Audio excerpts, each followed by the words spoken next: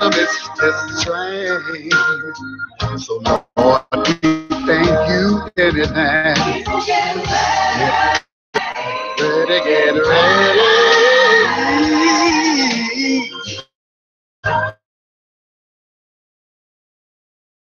Good.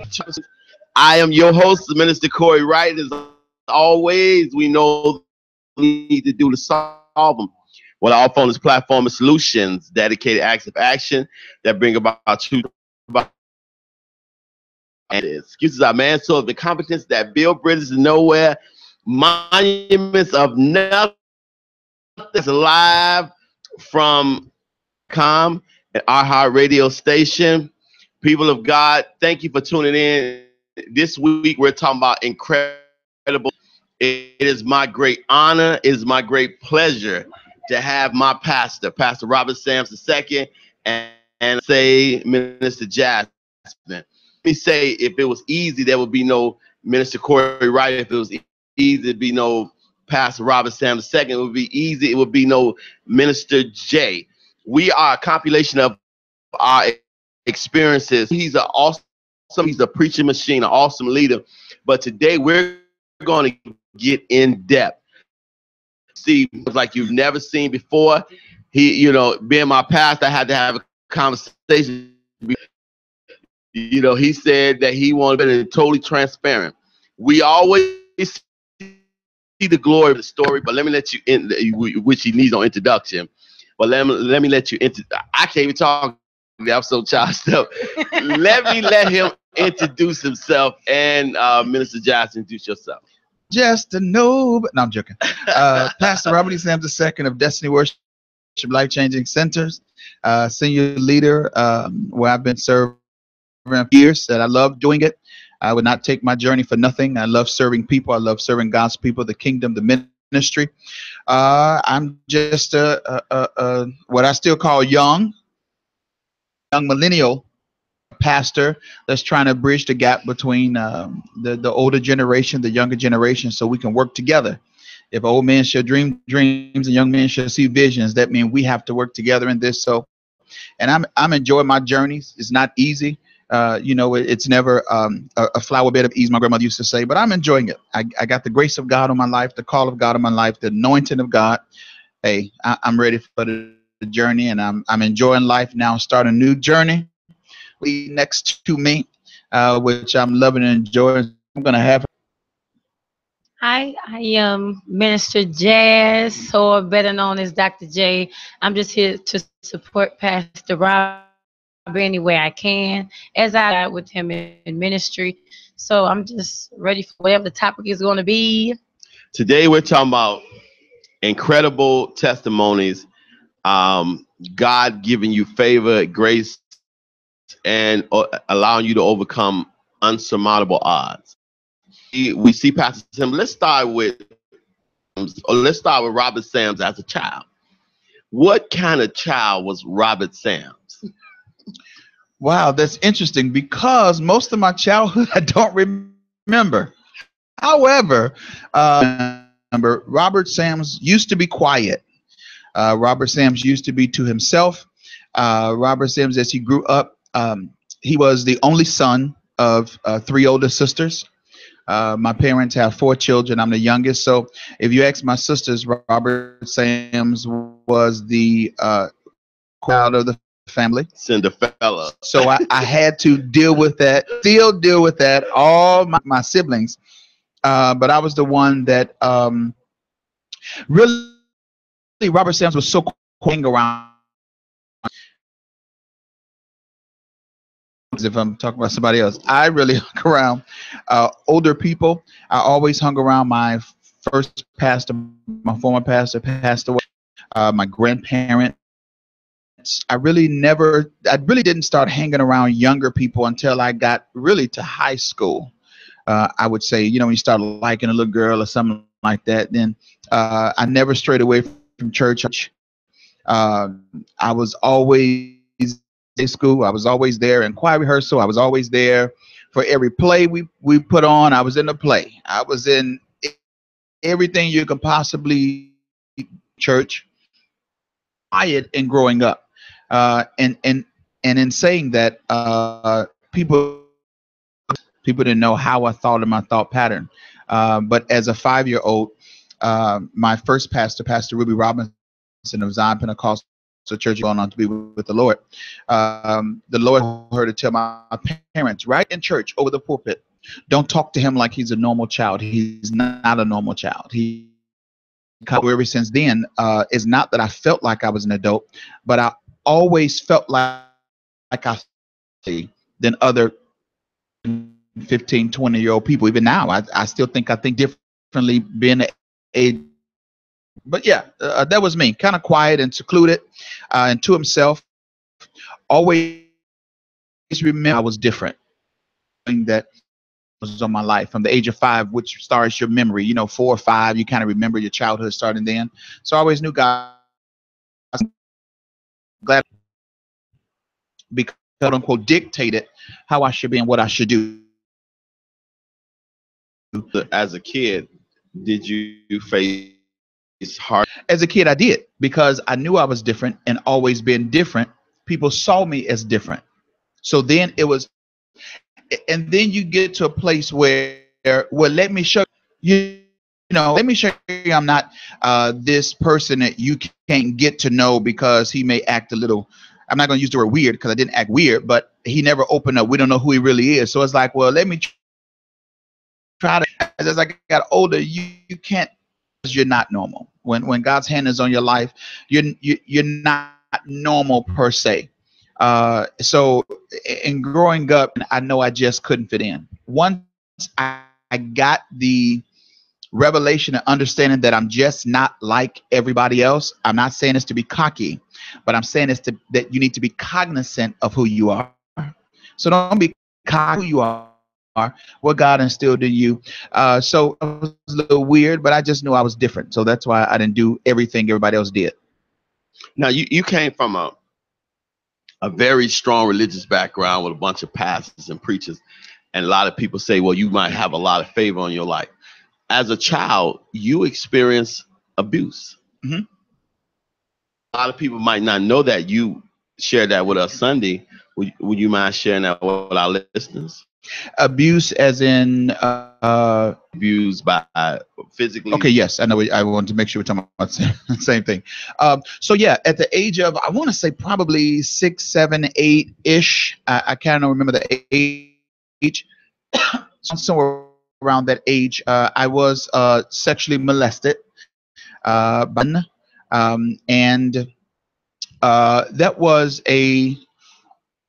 that was an interesting period in my life, I would say, simply because as a child back in that time when things like that wasn't really talked about, I'm not as young as people think I am. So back I know that I went to school. They know I am young. And you graduated what, 2000 what? No, I'm joking. So back in that day when it really wasn't talked about, it was more hushed. It was more pushed under the rug, which is why I want to be more vocal about it now, because these are things that people need to talk about in families. And when they are not talked about in families, it not only affects the individual, but it also affects the families of generations to come. So we got to realize that we can't be quiet about things like that. So yeah, I would say it hurt me. Yes, it was an interesting, for lack of a better word, interesting part of my life. However, I didn't let it damage me, dictate what and who I was going to become. And this is where I'm glad that God gave me different insight and a different mindset than other people. Because when things like that happen to you, most of the time people become the same thing that happened to them. I'm going to use this and use it as a platform to bring awareness to it. And just recently, the past couple of years, I really just started talking about the last couple of years. I even just told, quote unquote, the world, the people, my parents, just a few years ago when I was preaching somewhere. And that's when they found out all these years later. Your mom look like she don't play. Yeah. So my mom was so upset and mad. She told me, tell me who it is because I'll kill him. And I remember the day she told me that. And many years later, and needless to say, the person is still alive. The person, they still see, they don't know who it is, but the person they still see, and all the rest of that still alive. And I know if I were to say who it is, there'll be some people that's ready to go after the person. I got a new phone, so you'll see the call, but they don't see it. All right, no more all right. Praise the Lord. Have you, to this day, went to that person and had a conversation or forgave them face to face? I've never forgiven them face to face, but I have forgiven them in my spirit, because in my heart, in my mind, in my emotions. Because if I don't do that, it keeps me to being that 6, 7, 8-year-old boy, and I would never be able to move on. And it would always haunt me, and it will always affect me in a way. So for me to, how I dealt with it was to forgive them. Yes, definitely. But then I had to tell myself there was nothing that I had done wrong. Done wrong is not tell anybody. That's the major and only thing that I done wrong, was not tell anyone. Because the moment I would have exposed it, see, the enemy always wants you to keep things like that in the dark and keep it a secret, because the longer it stays in, the more it can affect you, your train of thought, your thinking, your heart, how you deal with things, how you deal with your children, how you deal with your spouse. So the longest anything stays in the dark, it gives the enemy more opportunity to use that against you. But once you expose the things that happen in the dark, then it frees you up to be you to be, and not allow that particular thing to affect you or dictate to you what you're going to be and how you're going to become in life. Okay, talk a little bit about, I guess this is a sidebar right now.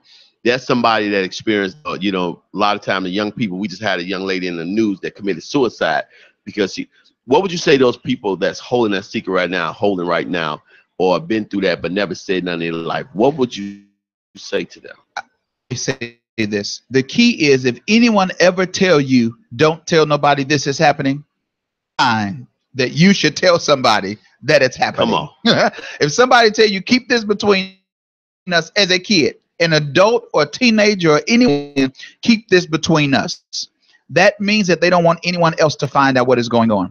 Go tell your parents. If you feel like you can't talk to your parents, go to an older sibling, go to an older cousin, go to a play brother, somebody, go to an aunt, go to an uncle, go to your grandparents, go to someone you can talk to, not another kid, because they won't be able to relate to this. They won't be able to give you answers and direction on this, but go to someone that you can talk to. I don't care how it makes you feel. Don't, your fault. It's not your fault. And make sure because that's what the enemy uses. Well, it's your fault. You tell somebody, that how's it going to make you feel? Well, it wasn't my fault that this happened. Always go tell someone, bring light to the situation so the situation can be handled properly with adults, not other kids or young people. Minister Jazz, just not to exclude you, when he told you this to you, what was your reaction and what did you say? Said it was, he had repeated it at his church, and we talked further at the church. I was crushed because I'm thinking, man, like you hear a lot about these things. You don't think is as close as the person you're gonna especially awesome man of God like he is. And any depiction or residue of what happened to him when he was a child in his adult life. So when it happened, it's like, wait, you're serious? I was completely shocked. It was a series of emotions. Like, I was angry, I was upset. Why wasn't anyone watching him? Why was he alone? Why was it was different things, different emotions. And it was, I just wanted him to know that I don't look at him no different. I don't what am I trying to say? It was pretty much in trying to support him and let him know that I'm here for you, even though that's very tragic. It was I can't really put into words what my feelings were. I was upset. I was disappointed. Not at him, but at whoever was supposed to be watching him, and because I'm so hands on, you're going, who you with? And to know that he wasn't watched in a proper manner, that bothered me. It makes sense of why he's the parent that he is. It answers other questions as far as him being a father and a parent, because he's such a great dad. He's so hands-on. If you're going, this feat from him. He likes to know. It just made sense of why he's the way that he is. So, And to add to that, I'm just now thinking now, there was a time I didn't want to tell her. And I want people to get this because this is very important, because I didn't want her to see me different than what she already sees me. So it was like, let me keep it private. I never told anybody all these years. Well, if it was another man, is he gay? And I told you I want to be honest. These are thoughts any that went on, or any confusion that went on in my mind. So if I went through it, somebody else may be going through the same thing. So you want, if it's a woman and a girl, a lesbian now, or if it's a guy and a boy, you may be saying, am I gay now? If people find out, they're gonna think I liked it. If people find out, they're gonna think I'm undercover this, and people find out. So when it came to someone I really fell in love with, someone that I'm I really want to spend the rest of my life with, what would she think about me? And would that be a turn off from her, even though it was all them years ago, 30 whatever years ago? Would that be a turn off for her? So all that went through my mind is like, well, you know what, hold on, let me not talk about it, let me not but that's all in freeing yourself up and being vulnerable with your mate and your spouse. And if you have to do that, I mean, you open book with your mate and your spouse, that there should be no secrets whatsoever, because secrets only become hindrances.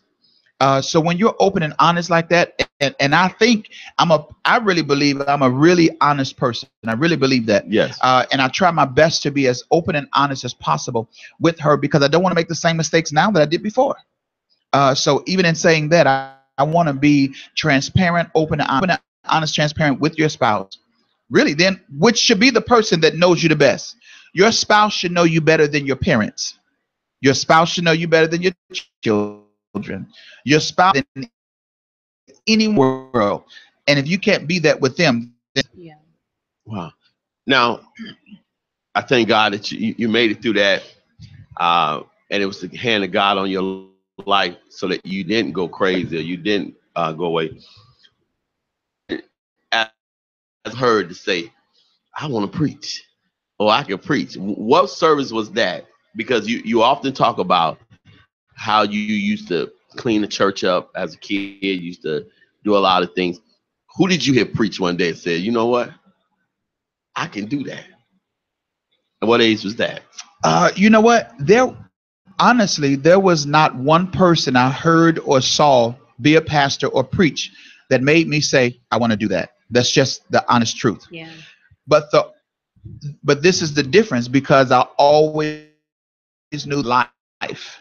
What age? At the age of 5, 6, 7, 8, I used me in some area, form, shape. I always knew I was going to preach.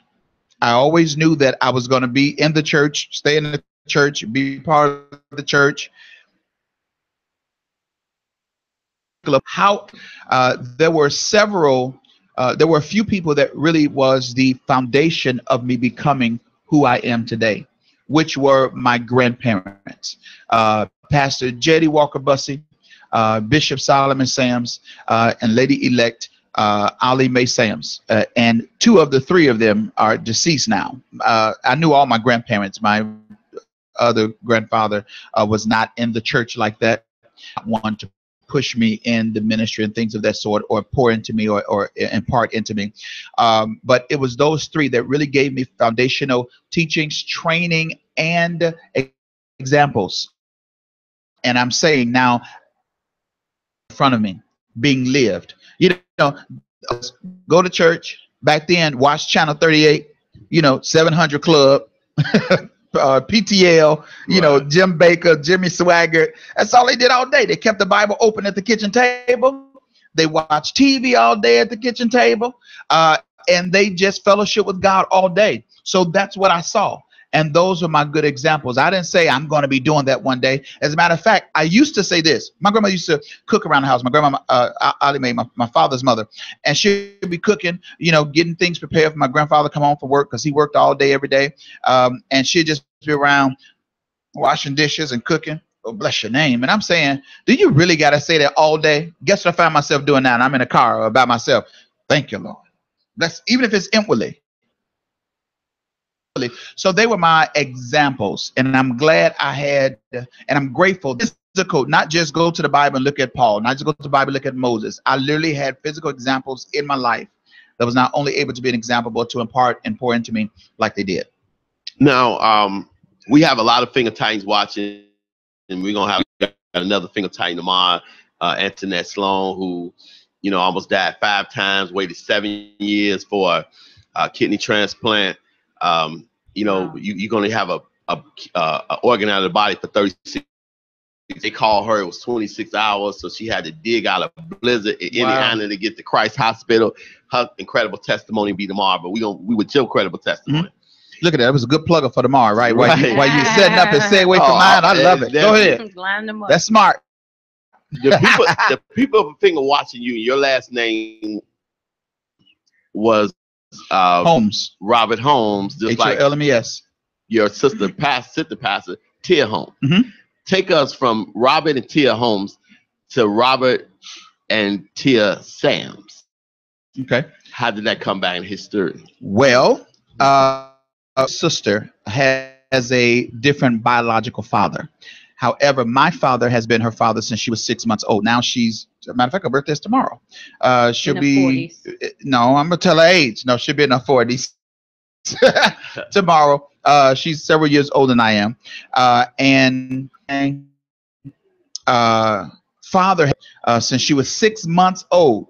Her last name is Holmes. However, when my parents had the sister after her, Consuela, her last name became Holmes, which is this name. All right. Tia came along, Pastor Tia. Her name Holmes. I came along, my name Holmes. However, my parents been together all this time. So why do we have, and we talked about this in a series that we do, the Addams Family, Dr. J and myself, I have another man's last name. However, I know my father, he lives there, and this is not his last name. To this day, I honestly still can't answer. You had that conversation with your mother? I still can't answer that question. However, the conversation is coming up. When I'm around them, I just don't even remember to have. I even want to ask my father. I'll bring him here. Even to let it. Why did you even let it happen? It's more common than what we know. You can attest to that. Right. My last name should be Shane. Yeah. Even our parents and grandparents, same situations that happen, is more common, but it's just never talked about.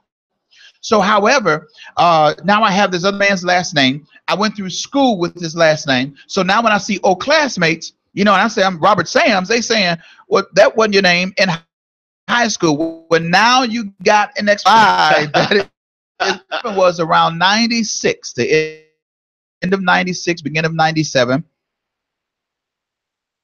To change legally to what it should be, which is SAMS, like Sam's Club. So they changed it and changed all of my siblings with the same father to the last name. I still don't have the answer for that. However, it did teach me a lesson, and it did give me something to teach, quote unquote, against, or to bring awareness to, because everything we go through, everything that happens to us, things that we have to experience in life, is always to bring awareness to and help somebody else in those situations. So when Dr. J and I was doing the Addams Family series, and we brought it up, and then you raised your hand and said, that's my same situation too. Then other people are saying that happened to my grandmother. Other people are saying that happened to my grandfather. My real last name, blah blah blah. So it brings awareness to it, only so we can help those. And so going from Holmes, identifying with something I have no idea about, to a family I have no idea about, that I'm not biologically with DNA or any paternally, any connection to it. Now I have a last name, and now it puts me in a place that the same attacks that are on a family I have no idea about is now open me up to being attacked in the same area in the same way, because now I have the same last name. So we go from Holmes, and about 96, 97, my parents changed our last names to Sam. So now I have this new identity toward the end of the 90s that now I have to step into, and it's weird now saying I'm Robert Sams instead of Robert Holmes. My ID, my social security card, everything had Holmes on it. So a whole birth certificate, new social security card, new driver's license, new everything with this new last name. So now it's almost like I have a new identity, but I'm still the same person name. With this new identity, was there rifts between your older sister and the other siblings? There was not a rift in this regards to that, simply because she see my biological father. He's the one that raised her. He's the one that's always been there out of her 40 some odd years of life. So our parents are all of our parents. She's always had a good relationship with our father. I mean, from 6 months old, you know nobody else, but That's all you know. that's all you know from a 6-month-old child. That's all they know. That's all she's ever known. Is it's our dad. She probably said, "These guys, they light skinned. I'm dark skinned." What's up with that? Wow. Let's take us to high school. But and let me just say, first separated us as siblings, even though the enemy wanted to use that. Listen, transparent. The enemy wanted to use that. I never, and still to this day, does not see her as my half sister, my stepsister, whatever it is. She is my sister. We have the same parents.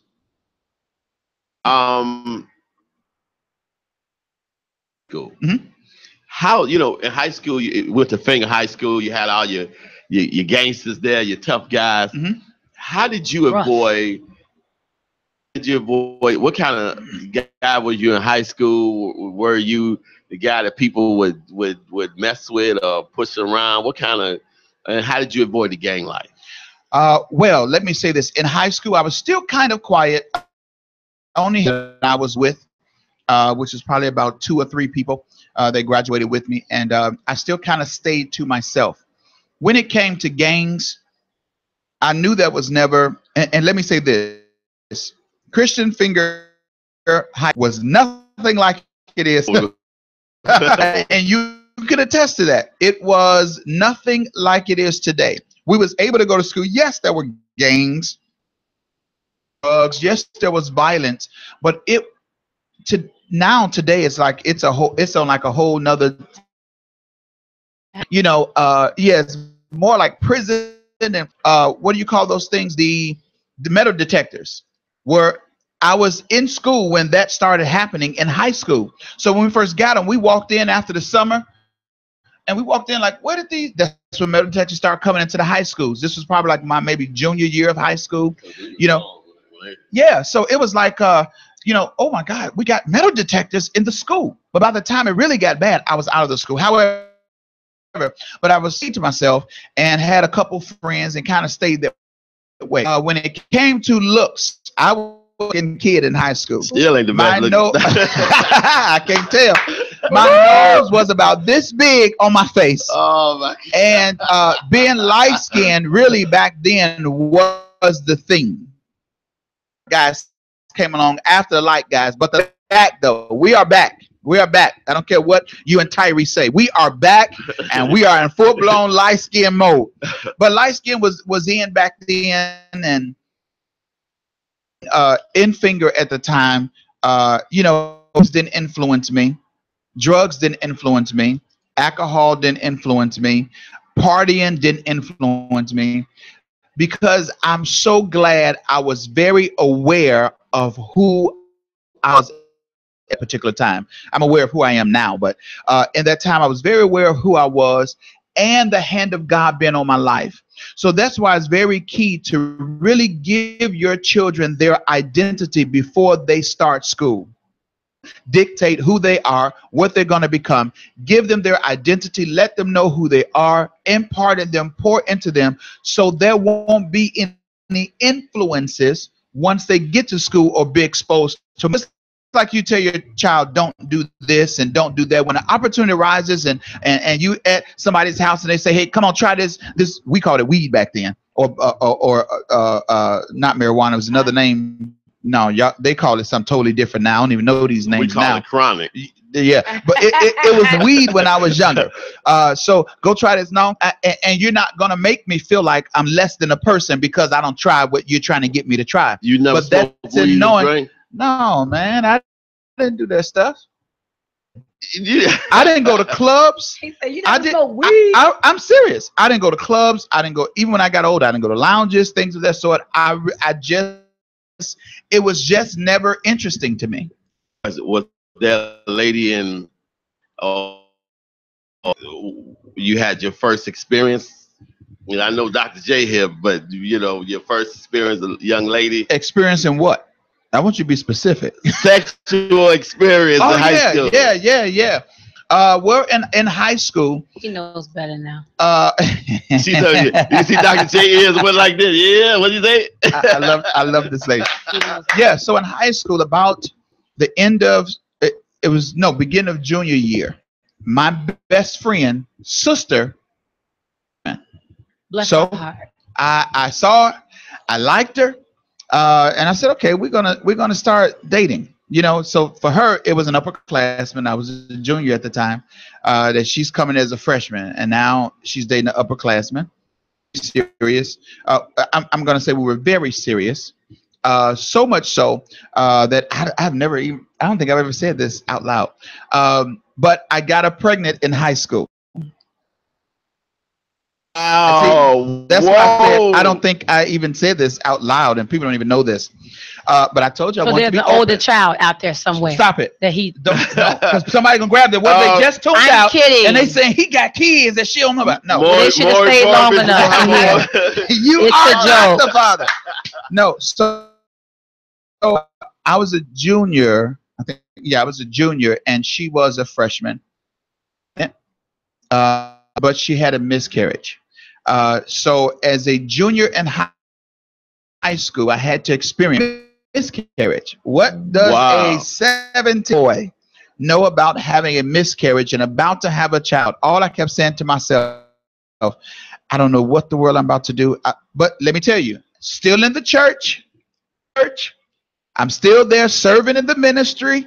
I'm still there doing the things that I did. But yes, I got somebody pregnant in high school. So now this is what going on in my mind. What the church gonna think? What is the world gonna think? What are my parents going to think? So she had a miscarriage, and I remember hospital calling my parents from the hospital probably about 1 o'clock in the morning, 2 o'clock in the Whoa. morning. What was that conversation when you I'm first about to told tell them? you. I'm about to tell my you. Goodness. So I remember calling my parents, and they were asleep. So I called the house, and I think my mother answered the phone, and I'm in the hospital crying, and I'm telling her, "Mom, I know I'm telling you that she's pregnant, the baby." And this is what my mother said. Now, yes, I knew it was wrong.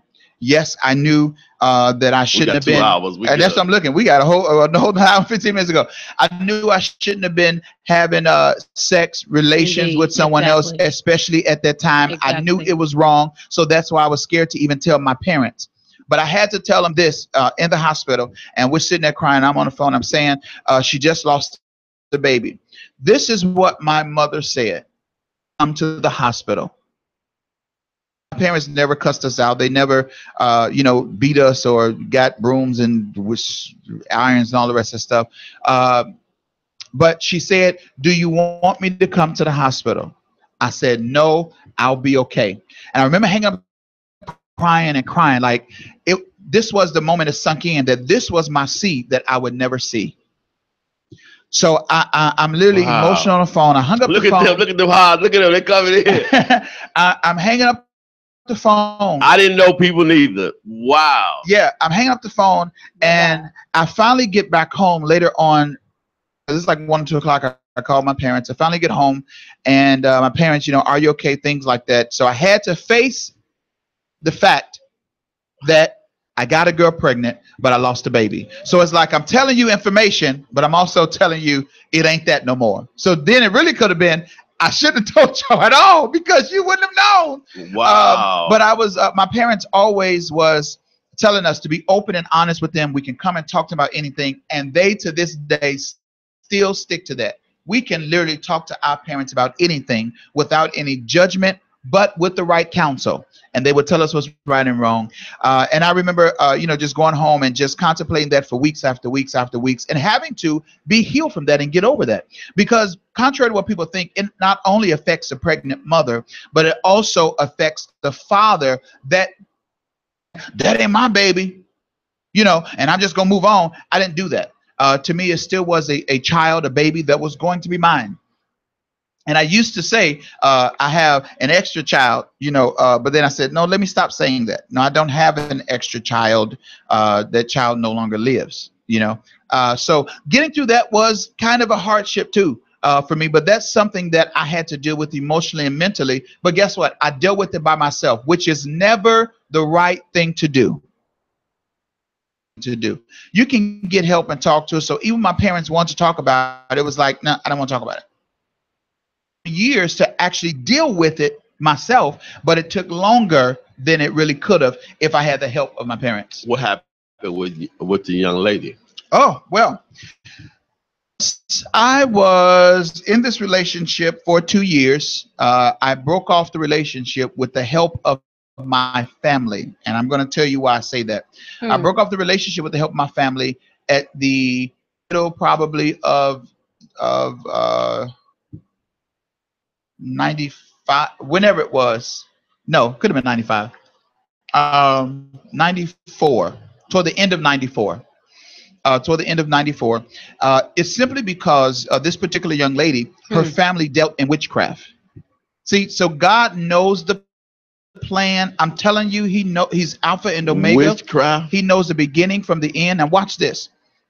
I was having physical symptoms of things that was transpiring and taking place.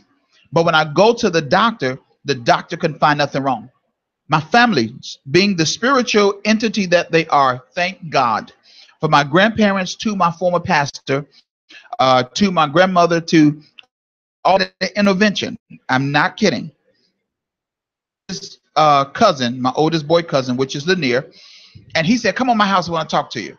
And we talked and talked and talked. He gave me his experience of having a stronghold with the female when he was younger, before he got married. As an intervention for me to release her out of my life and to get this young lady detached, thank you, out of my life was one of the hardest things I had to do at this time, because to me, I was in love. To do was literally get me away from her and let me see it. I did notice every time I went over like her grandmother's house, she would always have this pot of stew she would try to get me to eat, and they were very clingy, didn't want me to be with my family, but wanted me to be with their family, and didn't want me to go to my family, wanted me to come to all their family. Granted, but they wanted me to stay always around them. They will always feed me. Everybody know I love food. I've always liked food. So much so my parents used to call me Mikey. My mother used to call me Mikey when I was a little boy. So they always want me to be with them. And that was their way of keeping a hold on me or controlling me. 16, 17, 18, you don't see this stuff. To you, you're just in love. You think you're in love. To you, this would have been the mother of my child. So I don't see them as these evil, spiritual, demonic, dark people. No, that's just her mother feed me. That's just her grandmother did that. But now looking back and having more spiritual insight, I see all of the clues. Jezebel spirit and the witchcraft spirit. See all the clues now, because now I know better. But I couldn't see it then. So my family had an intervention. Eventually I came to my senses. It was like, okay, I need to leave because there was a soul tied there, I would still find myself still texting. Not texting. We had pagers back then. Right. Still page. We weren't texting. We had no phone. Right. Still paging back then, and we didn't have social media really. MySpace was kind of out then, or just came out in the 90s or something like that, or they had a lot of chat rooms. Yeah. So it was like, I wonder what she's doing and what's happening. It literally took God attention for me to be detached from that whole situation. Now watch this. So I see her a couple of years ago. Now her child goes to my child's school. Wow. Yeah. The enemy will make you face. He'll bring it back up to you, but that's God's opportunity to show you what you're really over. So I see her, and I'm standing there with my child, and we're standing there, and I'm saying, should I not say something? Should I go? I said, I'm not. Guess what happened? She comes over to where I was, standing with my child. And it was small, brief talk. And I'm telling myself now, enemy, this ain't even happening. Than this by now. But knew that I was delivered from this situation emotionally, mentally, and all the rest of that. And I was released. Praise the Lord. And now, and of course, after then, life happened and things of that sort. But it was hard. It was hard, when, especially when you're not spiritually aware of you being able to go to battle for yourself when it comes to demonic force and things like that, when other people had to do it. Wow. Dr. J, you want to add something on to that? I do not. I mean, Would you like to share this interview, but would you like to share something from when you were young, mentoring somebody in high school? Or? I wasn't active in high school. I feared God and my mother. I wasn't loose. I wasn't fast. I wasn't the most fast grownness you're going to get from me is in my adult life. I wasn't wayward. I was very obedient. I was quiet. I respected my mom, and I feared my mom, and I feared God. So when I hear some of his stories, I be like, oh my gosh, like what in the world? You just busy. Because we're getting insight into Pastor Robert saying that people don't. And the funny part about this depth interview he had on 102.3, I did it. Here it is now. Let's talk about a time that God saved your life. With us, we're on 79th Street, correct? Mm-hmm. We were shooting, and technically you got hit, but you didn't get hit. People of God, buckle up for this testimony, because if you don't believe God after this testimony, you'll never believe it. Holes in his shirt. Yes, sir. Let me tell you. He's gonna tell a story. I like to tell the story because it really brings me back to a place that God had me on His mind and had a purpose. I want you to hear my testimony. Anyway, so I was leaving a girl's house. Right? Leaving a girl's house. Now, I wasn't loose or fast. It was somebody I was dating. And you know, all the rest of it for 20 years or so. But however, I was leaving her house, and I had to take the bus from 108th and State to 79th. I lived at 7953 South Eberhard. So when I got to the L on 79th, now y'all know 79th Street buses. But when I got to the L, I stood there was no bus coming. Somebody said, well, just walk. You're only walking 2 blocks on the other side of King Drive. So I figured, okay, well, let me just walk to Chatham Food Store, on the side of their store. But on their block, before you get to the store, there was a flower shop right there to the right on the corner. There was another store, a couple of stores right there. Then I got to the end of Chatham Food Store before I got to the front door. And then walking almost to the store, a guy came up to me and put a gun up to me and said, give me your jewelry and give me what you have. In my mind, I'm saying, my God, what's about to happen to me? I remember taking off my necklace, or he snatched it off my neck. I think I was reaching my pocket to get everything else, or taking off my watch or something. And mind you, at this time, I'm 18, I think, 18-year-old and a grown man with a gun, you're outnumbered. So right. I'm giving him my stuff. Watch this. The Holy Spirit said, run. Now I'm taking off stuff and I'm saying, well, run. I promise you. But the Holy Spirit said, run and zigzag through the cars that are parked. So I take off running. And when I take off running, it had to be cool outside because I had a jacket on. So I take off running, and now I'm behind him. He shoots at me a couple times. Watch this. By the time I got to the store, I fell down. Blood running down my back. My mind told me, if you stay on this ground, he's going to come and completely kill you. He's going to shoot you more. and I kept running toward the house in a zigzag manner. When I get home, I get in probably 1 or 2 o'clock in the morning, wake up my parents, knock on the door. They're in the bedroom again, sleep.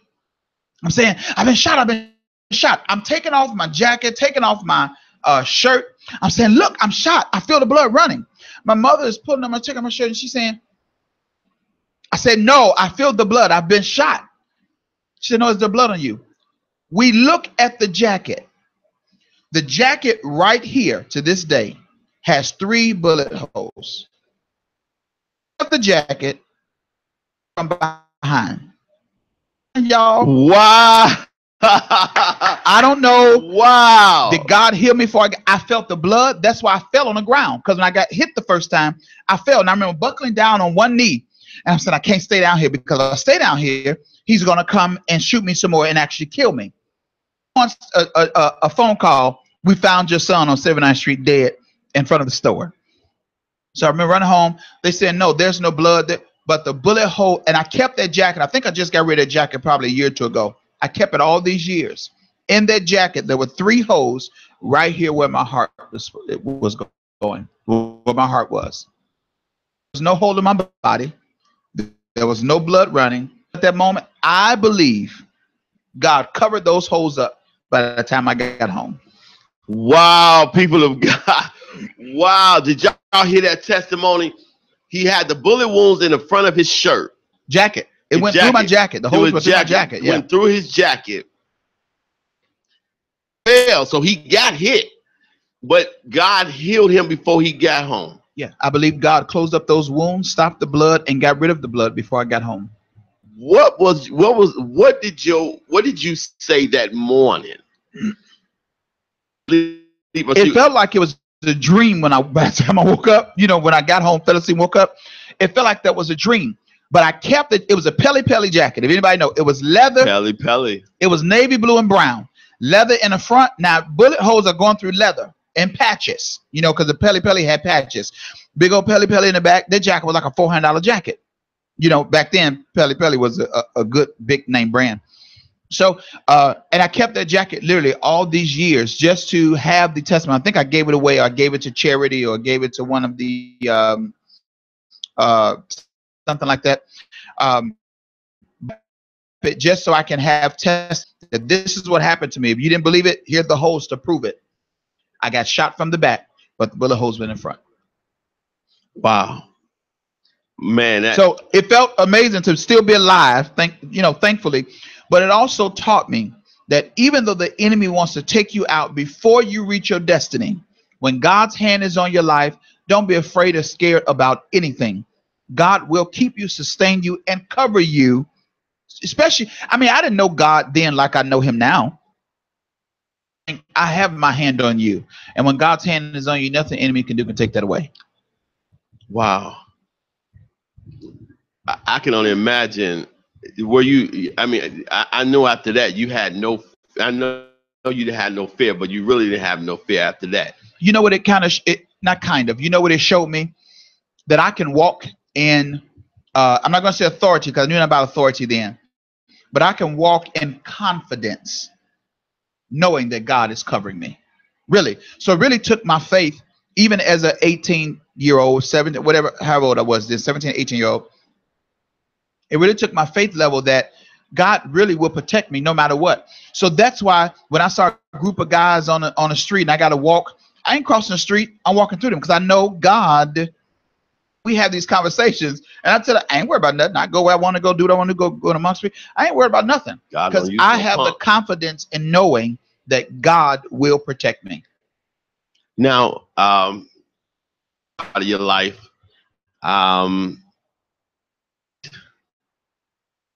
your first wife. Don't be scared. You gonna ask a question? Come on, next question. Okay. He being apprehensive. I told you. Sunday, I just told you I want to be open. Right? We take us to the point you meet. Okay. And how did that happen?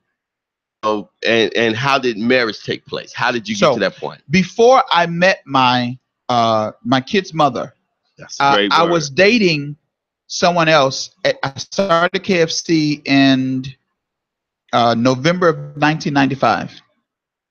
Another girl was there, light-skinned, mixed girl, nice, long, pretty hair. What's up with all these Should've lights? stayed on that path, but again, the devil came in with his plan, You know what? and he was weak again to another woman. So watch this. Cause he, go ahead. Watch this. Watch Thank this. you for being dark skinned, a little dark. Another woman. She ain't dark at all. Darker than you. This whole hour ago. Okay, good. We got to get deep. So this is what happened. I was dating this particular girl, and I really liked her. I really did like her. And at this moment, I just graduated high school. I started a job, so I didn't go right to college. I started working full-time at KFC. So I started dating this other girl and really liked her. She was over at the house, and she came to my house one day with hickeys on her neck. Your girlfriend? Yes, with hickeys on her neck. And you didn't put them there? I didn't put them there. Back then, hickeys was a big thing, especially if you were light. I mean, you got a hickey, that means you were taken. You were taken. Hey, look at her face. I see her face in the camera. So she came to my house with hickeys on her neck. I know I didn't put them there, right? So I am furious. I mean, I'm pissed. I'm frustrated. I'm mad. I'm angry. I'm every word you can possibly think about. I gotta take a drink on this one. Right? It's gonna be good. This girl, my kid's mother. She worked at Kentucky Fried Chicken. KFC. She found out that this girl that she didn't like because she was light-skinned, pretty, and I was dating her, came to my house, you know, because people talk at the job and blah, blah, blah. My house, we had to go to work. So people saw the hickeys. No, I didn't put them on her, blah, blah, blah. So my kid's mother found that out. Would bother her, make her pissed and upset and make her angry. She did so much so that me and the girl wind up breaking up, and then me and my kid's mother wind up getting together. Back in that day, so we worked together, we got together, and getting together, getting married, having children. Those were some of the most interesting years of my life. Did you get together, then get married, or did you get together, you get married, then get together? Let me say, wait, what do you mean get together as in? Did you have sexual relations prior to marriage? She was pregnant on the wedding. She wasn't pregnant. We had the child. Right, they had the child. The child was there. Yeah. At the look, wedding. y'all, I'm saving anointed now, but ain't always been. Wow. Ain't always been Pastor Rob. Ain't always been Pastor Sam's. And even being a pastor, sometimes you still make mistakes and things happen. However, He was young. this is my life. Because it will help other people, young and old. That we stop keeping things. I mean, I'm not saying tell all, but some of your business will help somebody else, and we got to get to a point that we can be transparent and we can help somebody else. So, 7, my oldest son was born in September. I got married in November of that same year. So my son was at the wedding 2 months old. So yes, we had a kid before we got married. Now, was the marriage because of the kid, or the marriage was something you would have done without the kid there? That's a good question. Now I want you to hear me and listen to this. When you come from a background of pastors, preachers, teachers, spiritual people, they push you into what we call, quote unquote, doing the right thing. So now you got a kid, you might as well go ahead and get married. To marry than to burn, and you better go and do it, because now you already got a kid. And what does it look like you raising a kid and y'all not together and all of that? So we really pushed. Now somebody may not like me because of this, but can I tell you something? I really don't care. A kid or a child is not a reason that you should be getting married. So the reason? That was the reason why we pushed to get married. So yes. Let me even be more devil advocate. Mm-hmm. Did you know before you said I do that you shouldn't? Before I said I do that I shouldn't, let me say this. I saw things that were not right before We came from two different backgrounds. My background was very different than hers. Mine was more of a strict, and somebody probably be saying, well, if it was so strict, how you doing all that? Help me. We got one amen in here. Hey, Child, somebody won't. No, somebody was watching at the age of 19. People, and contrary to what people think, if everybody really tell their story, look at them people sitting up them hard. if everybody really tell their story, tell your whole story that people don't know about. Tell baby mama, if everybody really told them. But this is why I want to do this. Not to be judged, but I want to do this so it can help somebody else, free somebody else, and so they can be careful of what they do and how they do. You don't have to marry somebody just because you had a kid. Question again? Did you know prior? Oh, prior. So yeah, there were things that were visibly saw. Again, I was not then in a place with God that I am now. Spiritually discerning and things of that sort, spiritually aware and all that. Hindsight, there were several instances, there were several things that were signs, it's quote unquote not the right person or what you should do. You shouldn't be doing this. However, being 19, 20, it was like, all right, well, let's come on, do it, because this is what we supposed to do, quote unquote. Got a child, so we supposed to do this. And you got grandparents that are saying you better marry her and da da da, so all right, we got married. But yes, I would say do not neglect the signs before you do something.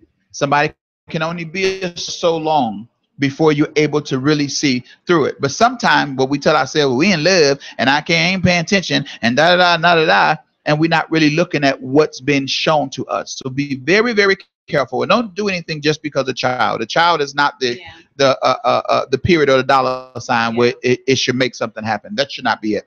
Get married for the right reasons. Because you are in love. And you want to spend the rest of your life with that person. Yeah. Right. So yeah. Now let me ask you a question, and we'll get back to that. Why is it so important? And it's important to me, and I thank God that you're doing it, because so many people get this vision of the pastors as being this perfect person or they got this perfect life. How does it make you feel to be so open right now to everyone? First off, it's always uncomfortable to be vulnerable.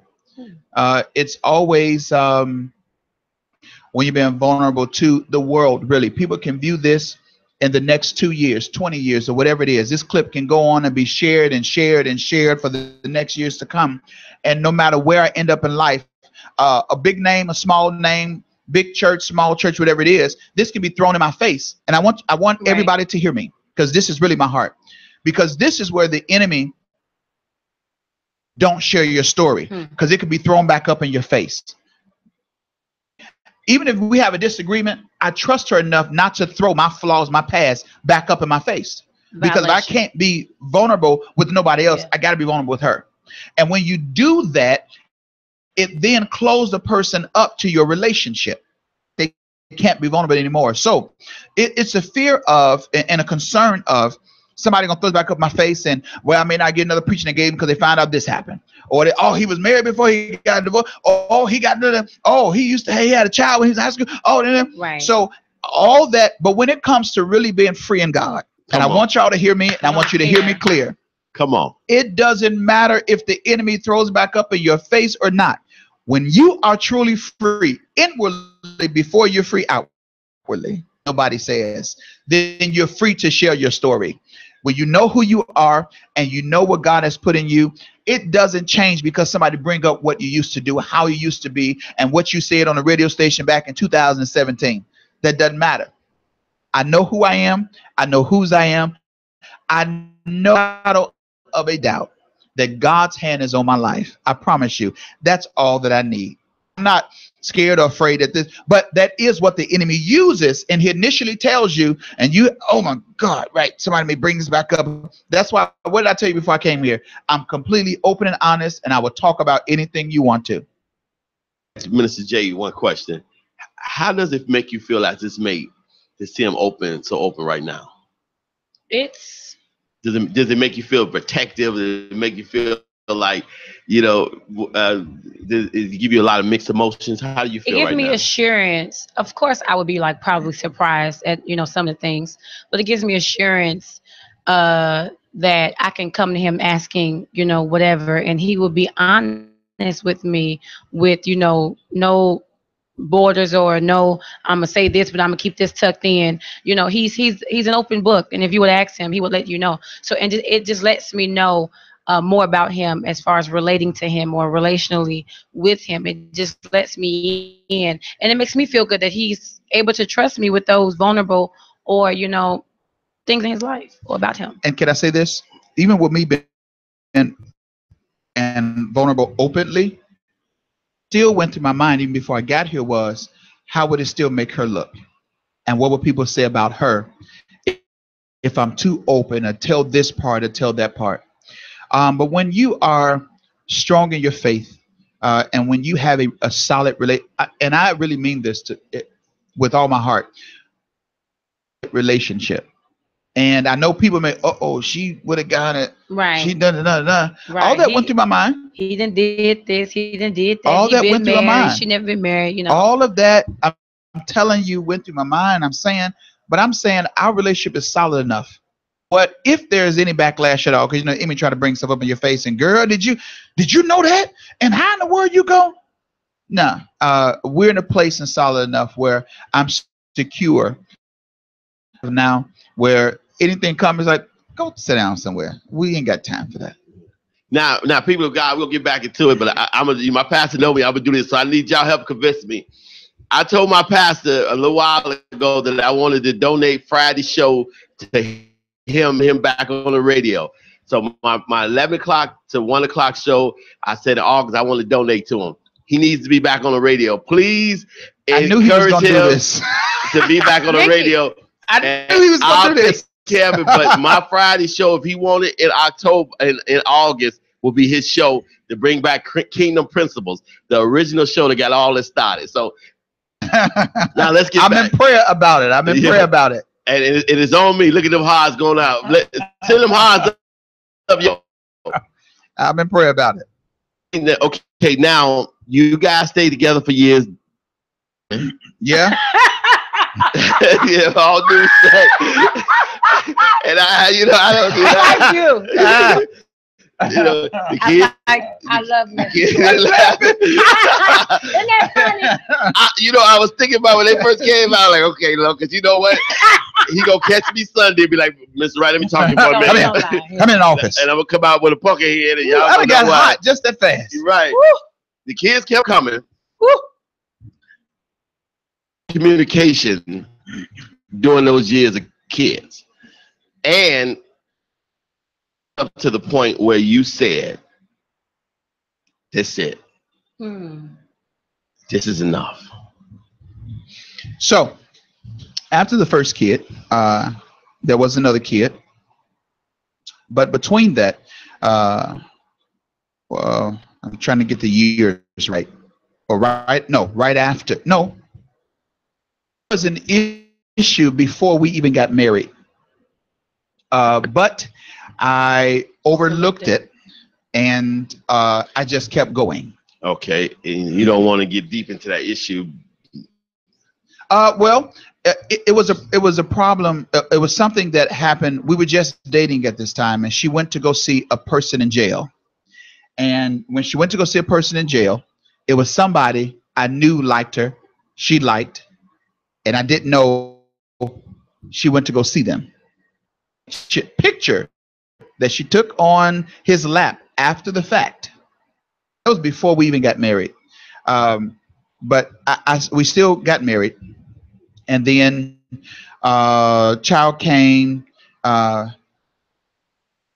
If there are things in your marriage that you don't deal with, it will cause problems. And like she said, they will deal with you. And the break down. So after child number 2, she started a particular job where she works, and she had an affair with someone on the job. I found that out. But 3 came.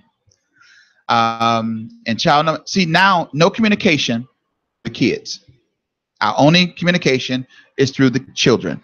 Was this during the Destiny years? Oh no, this was way before. At this time, this was way before Destiny even started. So in doing that, now it's like then I don't have to deal with it. But if you don't deal with it, it just causes what I preached Sunday, an infection and a virus in any relationship. At this time, I got married. I'm 20. She was 19, and you don't effectively know how to deal with things, talk about things. I didn't have any marriage counseling before I got married. I had one session with the pastor. It was for 2 hours. That was it. 2 hours with a 19 and 20-year-old is not going to work. Should have been 2 straight months, if anything, than 2 hours. We sat down and talked, got nothing really from that counseling session. So now you have young kids really getting into marriage, now having children, and living a fast-paced life. I became a minister in 2002. So this was 5 years after I got married. I became a minister. And really, when I became a minister, before I became a minister, I would sing at different churches, weddings, funerals, places. So I already had a fast-paced life. I really sang everywhere, all over the country, different cities, states, different things like that. So that opened up the door. So when I became a minister, I already had the singing doors open. So the same ministries will call me back to minister.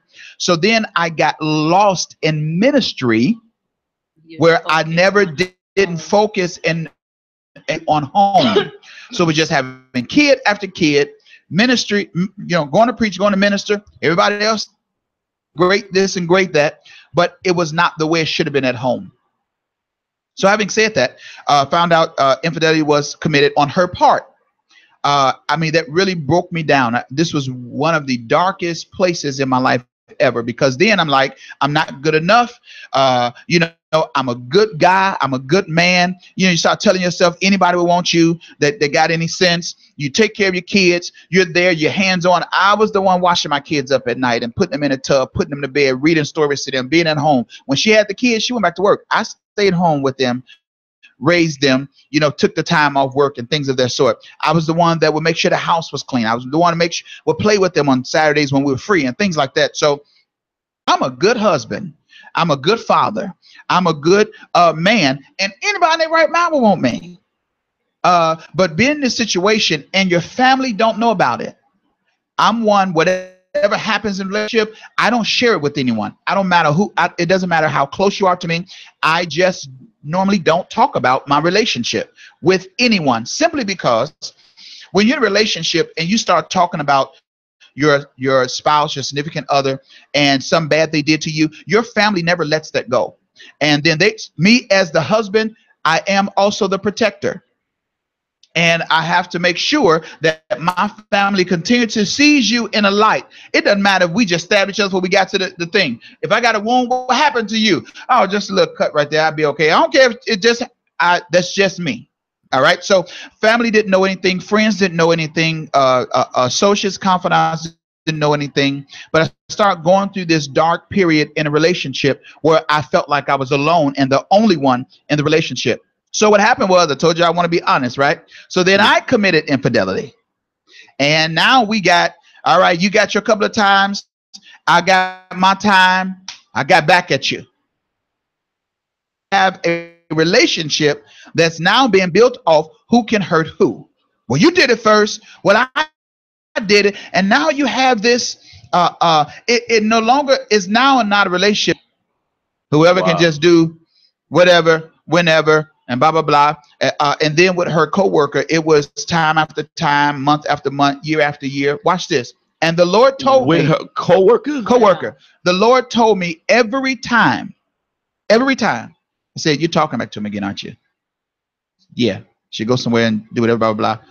Me and the guy, me and his wife had each other number. They ain't at home. They ain't at home either. Da, da, da. So now we have. And at some point you get to a place, I got to a place where I just don't want to deal with it anymore. So I start pushing back, not just peddling. I start really pushing back.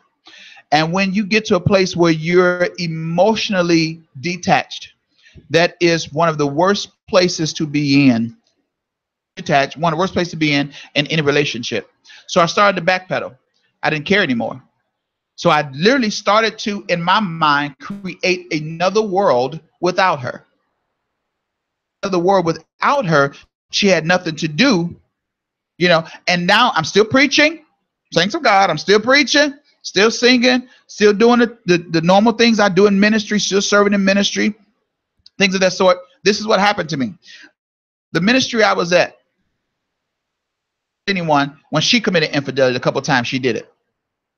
She told when I did it, I had to stand up in front of the church. I want y'all to hear me. Wow. And to hear me clear. Stand up in front of the church and say, this is what I did. I asked her, my children, the pastor, and the church to forgive me. When I did it, shame, where all I could think about was, but y'all don't know what she did to me. But y'all have no idea what she did to me. So now I have to be somebody that went from being respected to looked at as a cheater, but y'all don't know what she did to me. And y'all didn't make her stand up and say this. You know why they make her stand up and say it? Her, but no one knew. But I wasn't protected. Church. And I tell them I committed infidelity, blah, blah, blah. So humiliating. One of the most humiliating moments of my life ever. That was there in the church. I said in front of my parents that was there in the church, cousins, aunts, uncles, nieces, nephew. I said in front of everybody, church, and now I'm viewed as this certain particular person. And I'm saying, but that ain't me. Y'all don't know what happens in my house. Why? A person ain't gonna tell what they do bad. They're going to tell what the other person do bad. Of course not. And even to this day, you can ask her, even to this day, I'm still not one to share between a relationship. Sharing this now, if they listen and look and all that, this is the first time they're ever hearing this. Share any personal ever. People think I tell Pastor T everything.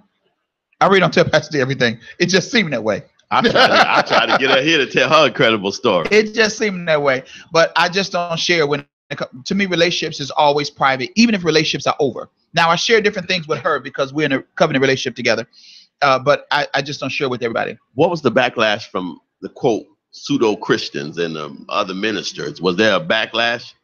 There was a backlash. There were looks. There were people started acting funny. People, especially who were my in-laws then, but in my mind, I'm still saying, but whole story. Even to this day, can I just put this disclaimer out? Saints of God, stop thinking you know a whole story and you're speaking on something you only know half about. The only people that know what happened in the relationship are the two people that's in the relationship. You're going to hear one half of the story. You're going to hear the other half of the story. But you have to come to a point where you say, because I don't know the whole story, this is something I can't even speak on. So stop talking about things that you don't know fully about. And even as we're in relationship, I see family members, his own family members, mistreat him or stand off to him, or he wouldn't get invited to certain things because of their perception based on the untruth or not the full truth they were told. And as his partner, I get really defensive, like, who in the hell? She really does. Why in the hell? If you knew, like, you're so immature in some kind of way that you can't register that two people were at fault. You see what I'm saying? Don't take this side, don't take that side, don't take no side. It's just, it bothers me to see him, especially from family, and it's just disheartening. And mind you, this when I committed infidelity, and I'm being honest, this was back in like 2007, 8-ish, somewhere around there, and people still think they only know. They think they know the story, but they only know half of the story. You deal with people looking at you a certain way. You still go now around to churches, leaders. And before I even get to the whole divorce part, leaders that may have half of the story, and they say, "Well, I'm being truthful. I ain't treating no kind of way." Nah, the person feel when you are You can say being a that. certain way. The person feels that. Yeah. So even since then, 2007, 8, 9, there were people that pushed away. There were people that kind of wrote me off and things like that. All I can say is, but look at me now. And that's not saying it boastfully or Yeah. pridefully. It's saying that your decision about me or your thought about me did not dictate where God wants me to go and what he wants me to Thank do. you, Carmen. If he forgives me, if I've forgiven myself, then I can move on no matter what you say about me or to me. So we get to the point in marriage where there's no more communication. Well, I'm kicked out the house. I got to go live in hotels for weeks and stay in my car. I remember even one winter having to sleep in the car, in the driveway. Kids and their mother sleep in the house that I help pay for. And I'm sleep in the heart of winter, snowy, cold outside, sleeping in my car, and have to go in the house the morning to get dressed to go to work. To take clothes to hotels. And this is back in, 08, 09, 2010, somewhere around there. Going to hotels, having to sleep there for a week, spending money in hotels. I was making really decent money. I had a really good job there. I was able to take care of myself. That's a given. And just going back and forth to hotels, getting kicked out, getting the garage door open and taken, can't get in the house, take the key off the key ring. I don't know it until I get to the house and look for the key, all that type of stuff. And that happened for several years. I would come home and my clothes are packed at the door and have my clothes. I don't know what's going on. Then I start using the church as my outlet. So then I would go to the church and I would stay there for hours and just sit in my office. And at this time now I'm pastoring. So imagine this, going through all this and in 2011 starting a church. Nobody knows what's happening privately in your life, but starting a church. Everybody reverenced me. People were coming. Church was filling up. Everybody loved me. And she couldn't handle that because y'all don't know the real man he is. A mistake does not what a real man is. Right, right. Owning up to it, forgiveness determines what a real man is.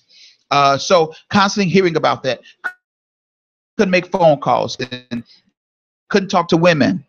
There's a lot that was going on. So now I'm pastoring and I can't talk to a woman because of you thinking I may now talk to them.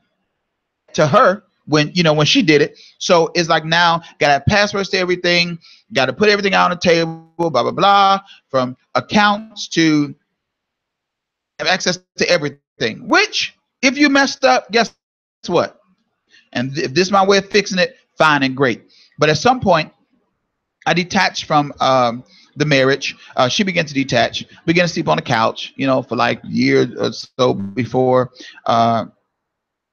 a legal separation and divorce.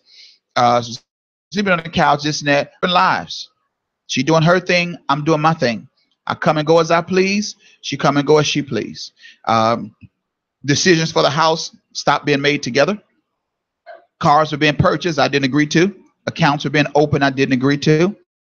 Buying this and that was happening that I didn't agree to. So it made me just say, you know what, honestly, to hell with all of this. Then, after all of that, started detaching. She brought to me that she wanted a divorce. So I said, okay, I'll give it to you. She sent me numbers and all that, but it was like a weekend and it was a day or something like that. So they would close that Monday. However, we had a conversation a year prior that we were going to get a divorce and nobody knew about it. So we had that conversation. So we were, so okay, I'm gonna start sleeping on the couch. We're gonna start, getting things in order. This was I forgot what year it was, probably 2011, 12, whenever it was. So we start putting things in motion in place, texting messages saying, okay, here's this, here goes some attorney. So, she finally filled out the paperwork. I signed the paperwork, took it to court, and there was a divorce. But the divorce happened way before it happened with paperwork. It happened way years before it happened with paperwork. Yeah. When you guys were serving together in church, Then what I mean by not, was it a mental divorce or Yes. spiritual divorce then? Even when I was pastoring, I would come from another location. She would come from another location. We'd just meet up at church. People didn't know we were living in two separate places, two separate houses. But where I was going, she would go wherever she was going. We did that for months. Take you into a place might be a little painful. Let me take you to the eyes of your kids. Mm-hmm. What was their response? How did they deal with it? And was there blame? Her children as well. So they're used to the same parents being together because, these are my parents. This is how it should be. This is what, it's supposed to be. However, they were able to see for many years, because my kids are older. So they were able to see for many years how it was when I was locked up in a hotel because she thought I was seeing somebody else and this and that. Granted, it was one person, back in that time, but she thought it was continuing and kept going and kept going. So it always, well, you didn't come home. You 5 minutes late. Get out. You know what I'm saying? Had to deal with that. So they saw that. They experienced it. They felt the emotion of that. You think your kids don't know nothing. When they're in the house, they feel it. They know it. They experience it with you, especially when it's outwardly expressed, especially. So when it comes to kids, of course, it was heartbreaking. And of course, it was mentally and emotionally. Of course, it was hard. I was married for 17 and a half years. We were together for 20 years or 19 and a half years. We were together for 19 and a half years. To have a dynamic in your house that you're used to all of your life. Of course, any breakup in anything, some damage. I'm gonna say damage, but we'll call some hurt when it comes to children. But as the years progressed and went on, see, the problem with children, they don't know the whole story, but they only know the story. And see, my job was to protect them from it. So they only know the story they heard from their mother's side or what they heard their mother's side of the family say. My family didn't talk about it. We didn't sit around and have conversations about da-da-da. But then my kids, we were just over such as house and they were saying that we were just da-da-da. To this day, you can ask her. She knows me the best out of anybody. I still don't have conversations about this. So me opening up right here is a first to talk about this ever, privately and openly. Only her and I talk about what I feel and go through personally. So you better be. So yeah, they went through their thing. And let me just be honest. Sometimes there's still things that they may emotionally and mentally go through, but I'm there.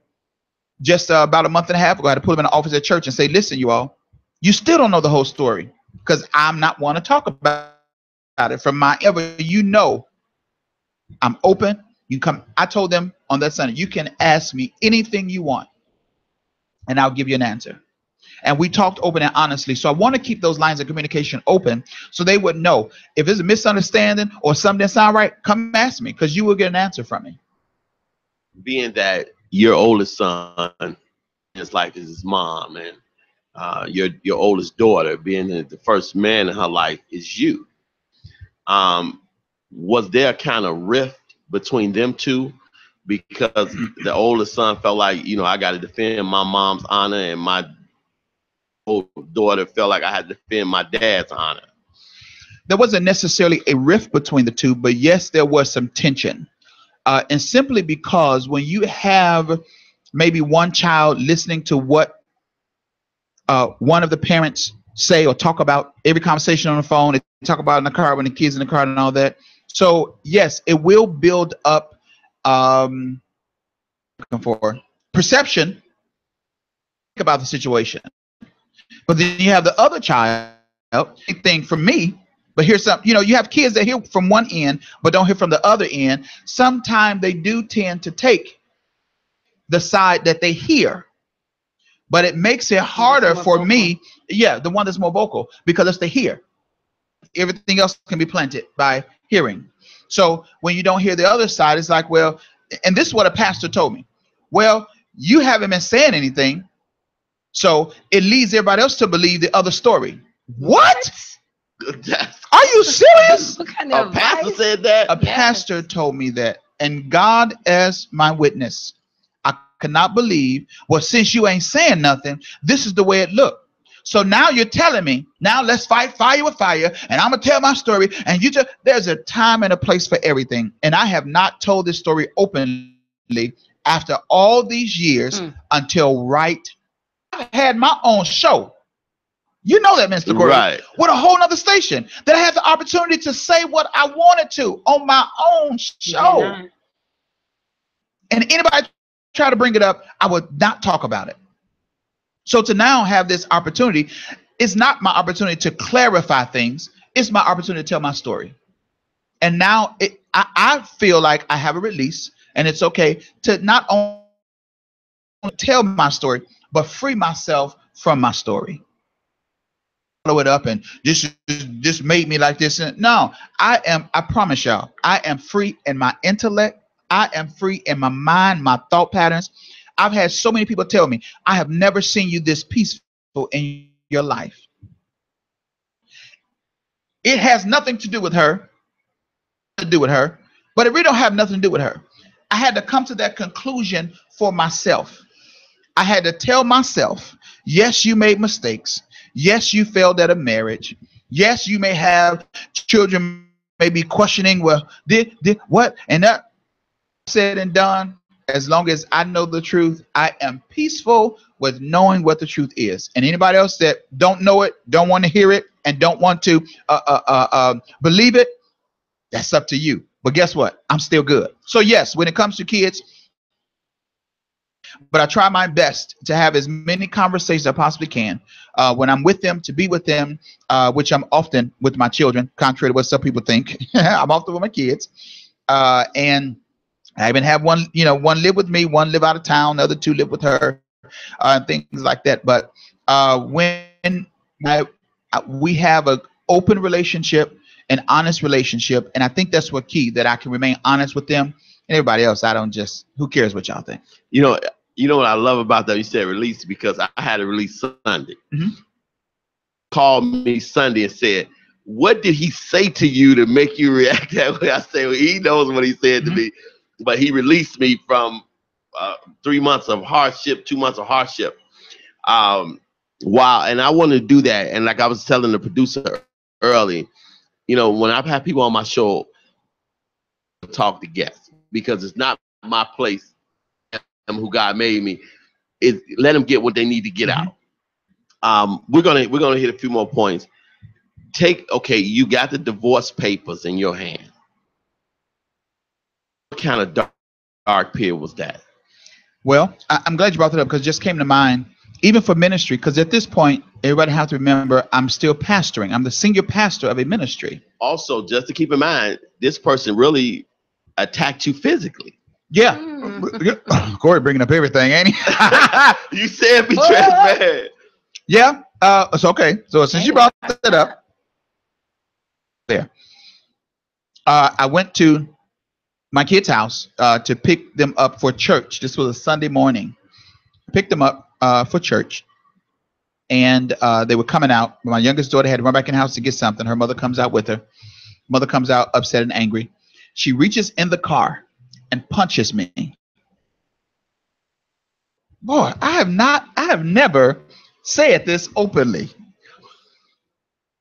Punches me in front of my kids on a Sunday morning on my way to church.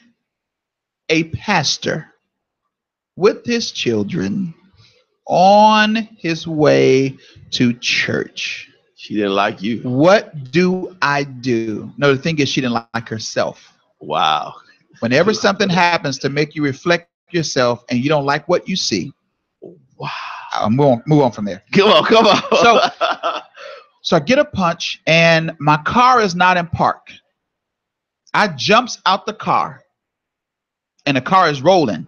I couldn't take my seatbelt off. I'm like, oh my God. So I had literally, the Lord didn't allow me to put the car in park, because I had to jump back in the car, been tangled up in the seatbelt. I'm trying to stop the car with my foot. Tangled in the seatbelt, car's dragging me along. Jump back in the car, press the brake, put it in part, that gave me a moment, and I'm being honest, myself. I had no idea what I was about to do when I got out of the car, because I've never been in a situation like this before. So that moment gave me the opportunity to snap back and come to myself, come back to reality, because I felt like there was something that was about to take me over, and there was no telling what would have happened, what would have transpired, what would have been the result of that. So the moment I came back to myself, that's not how I'm going to react.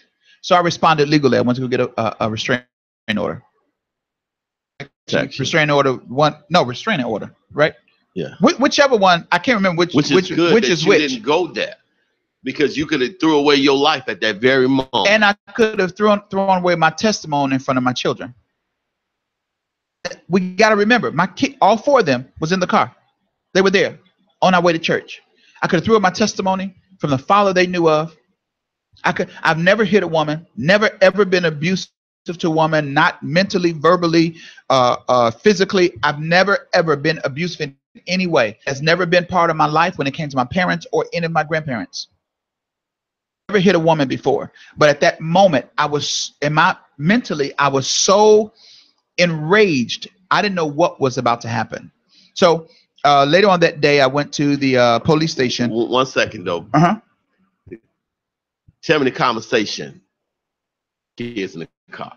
Honestly, I can't remember if there was a conversation. No, yes, there was. I remember my kids saying, "She's doing too much." That's all they oftentimes say. She's doing too much. Why does she keep that? She's doing too much. Can I tell you something? At this time, she's already seen another person. Too much. So we now have, because I'm the pastor, y'all should be telling her. She had a whole nother life she was doing.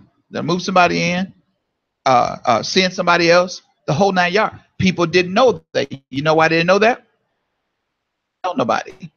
That's your business. I'm gone. I'm done with the relationship. Did you preach that morning? I don't remember me not preaching, unless the Holy Ghost moved so much, so miraculously that I didn't. But most likely I did. Now we got 10 minutes. Yes. We got 10 minutes, and if you want to, you can do a part 2 next week. We can. You're divorced. Mm-hmm. How did you meet Dr. J? Where did she come in? I want to finish the show on her. We're gonna go, because now you guys getting married. You're going to the next level. How did you see Dr. J one day and say, "Woo, who's that?" Well, let me just say this. Once you're released from something, see something else in a different eye set, if that makes sense. That makes a lot of sense. So, come on. Granted, yes, Dr. J is beautiful. I tell her every day, and literally, I tell her every day, "You are the most gorgeous woman I've ever seen in my life." Yeah, okay. And look, she's here, so if I'm lying, she'll stop me. I tell her every day, "I only have eyes for you." I tell her every day, "You are the most beautiful woman I've ever laid eyes on." I tell her that every day. But I prayed for her to only have eyes for her. How did you meet her? Who was my pastor at the time? She was there, so we had things we would do on New Year's. You knew her before Destiny? No. This was since Destiny. This was since Destiny. This was probably 2000. I don't know. But she was part of that ministry. But however, she's been part of that ministry. Myself and my kid's mother, we would go to the same ministry. I would go preach, go sing, do whatever else, and all of that. So she knew Brina? Yeah. Oh, I didn't. Yeah. That's something I didn't know. Yeah. So like, we weren't like friends. We didn't talk. It was just, I would see them. I didn't even know who he was. Because we'd be coming back and forth to the ministry that she was a part of, and no conflict or adventure. Yeah, they wasn't like best friends going out to dinner, things like that. No. She was. No.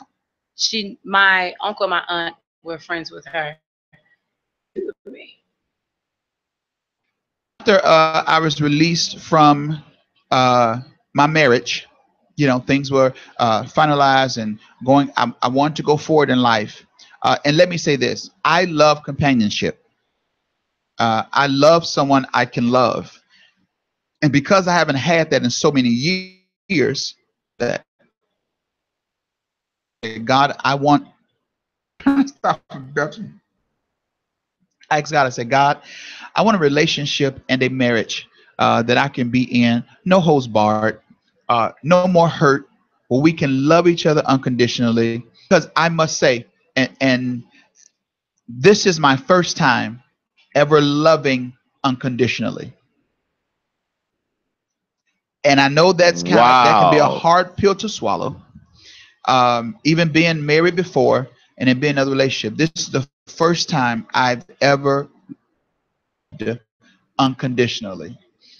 But I asked God, I said, God, with my next mate and wife, like you, I want to love like Christ loved the church. I want to love unconditionally. And if you told us to love that way as husbands, that means that it's possible for us to do it. Possible for us to do it. God, please let me come across a path. Let me find her somewhere. I don't care if she in the field picking, or if she up singing in front of people.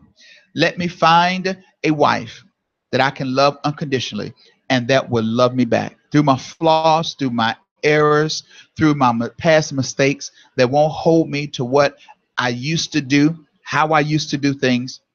But what had to happen was God began to recondition me Okay. for her. It didn't happen all of a sudden. Oh, I got it now. I'm a love unconditionally. No, it's a process. And I had to be committed to the process. So I want a wife. And the moment I was able to lay eyes on her after my release to find a wife, if does it make sense to you? Yes. I said, wow, she's beautiful. I want to get to know her. I want to get to know her. I went to her leader, and her leader gave me the okay. I went to her mother. Her mother gave me the okay, and we grew from there. And we went from there. Yes, we both made mistakes, in this relationship. Yes, we both messed up in the relationship, but we grew through them. And I have never in my life been in this place before than being married before. I mean, emotionally, spiritually, relationally. I've never been in this place before that I've never, ever been in this space before. Now, we just heard a very incredible testimony from you. Um, I'll start this week off this way because I got, Annette, Antoinette Sloan Lamar and Mhm. Pastor, I'm Evangelist on Yeah. Friday. Some Robert Sam's second up right now, where he is today, your relationship with where you're going now in the next 5 minutes. Okay. Well, where we are today, we love each other as best as we possibly can, with flaws and all. Because, like I said, we both still have them. We're not perfect, um, but I believe God gave her what I need. Rest assured that God gave me what she needs. And in saying that we're committed to sticking this out, we're going to do it. We're going to stick this out, and we're going to do just that. So the next step, of course, is marriage. Be married like yesterday, because we're ready to say the I do. And I hope she don't get mad at me for saying this. It won't be long. It'll be really, really, real soon, like day before yesterday, Okay. because we're ready to now. I'm her husband now, but we know we got to, do things the right way legally, things of that sort. But I see her right now as my wife. I look at no other woman. When I go preach places, I say, my baby's here. Can y'all give God honor for my baby Dr. J being here? Anybody, people come to the ministry, think they're going to get a number, whatever. Nope. She is my first and foremost. I make sure I acknowledge her and what I do. because it then repels the attacks of the enemy. Yes. And we have to make sure we do things decently and in order. So what is this, July? We're going to be married very soon. And I know what I'm trying not to say. But I don't know. So that's why he's trying not to say too much. I'm trying not to say too much because we want to go ahead and move forward and want to start having children. And no, we are not about to get married day before yesterday because she's pregnant. That in case that rumor comes up anywhere. We want to come. That has Earl over there looking. Earl looking. No. Church folk and people will start putting stuff together, and they must be trying to hurry up and do it because she must be pregnant. She is not pregnant. We are doing it because we want to build a family together and do things right and decently and in order. So that's where we're going. That's what we're doing. Did you want to say anything about that? I'm just advocate for breaking all generational things. And, we would make mistakes, not him and I, but, before we even know each other. He stated before that his son was in his first,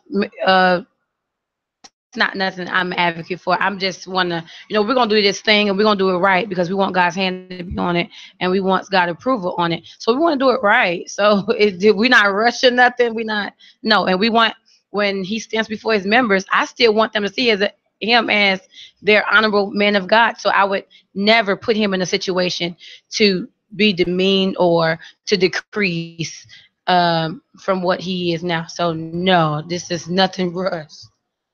Well, people of God. And can I say this? I'm ready to have more children because when I had my first set of children, I was so busy and preaching and ministering and things like that I didn't take time. I mean, I took time. Let me change that. I took time, but I could have taken more time. We were eating on the go. We would eat a lot of fast foods, and it's time to put them in a bed and go to sleep. Things like that. Our day started at 5 a.m. 10 o'clock at night. So being out all day from daycare to aftercare, things like that, my life was so rushed. Now I'm at a place in life where I'm peaceful and I'm in a place where I can literally play children and have a nice time. My life is busier, but I'll put it like that. I'm at a place where I can actually enjoy children now. And my kids are, I want babies and kids that can let it in because I have time for that now. I'm done with kids. I pay too much child support. If I have some more kids, I might not be able to eat. I'm already so.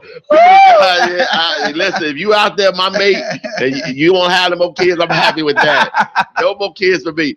People of God, thank you for tuning in. Amazing testimony. People of God, I know you believe now to show you that, my pastor is, show you that he's been through a lot. If you want to hear more, come to this desk noon, 7959 Southwestern. Believe me, a great word of God. I have Sunday service on my Facebook page. Thank you again, my special guest, Robert Sams II, his wife, Minister Jay. Remember, if it was easy to be no Minister Corey Wright, if it was easy to be no Robert Sams II, if it was easy, it'd be no Dr. Jen. If it was easy to be no Earl Winfrey. You want to be a change, get up and make that change. People, God, see you at work.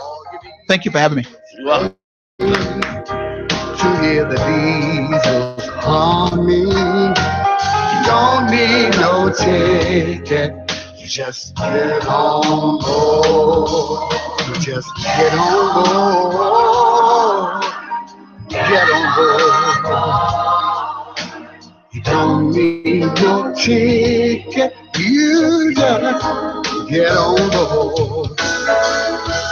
So people get ready for the train to glory.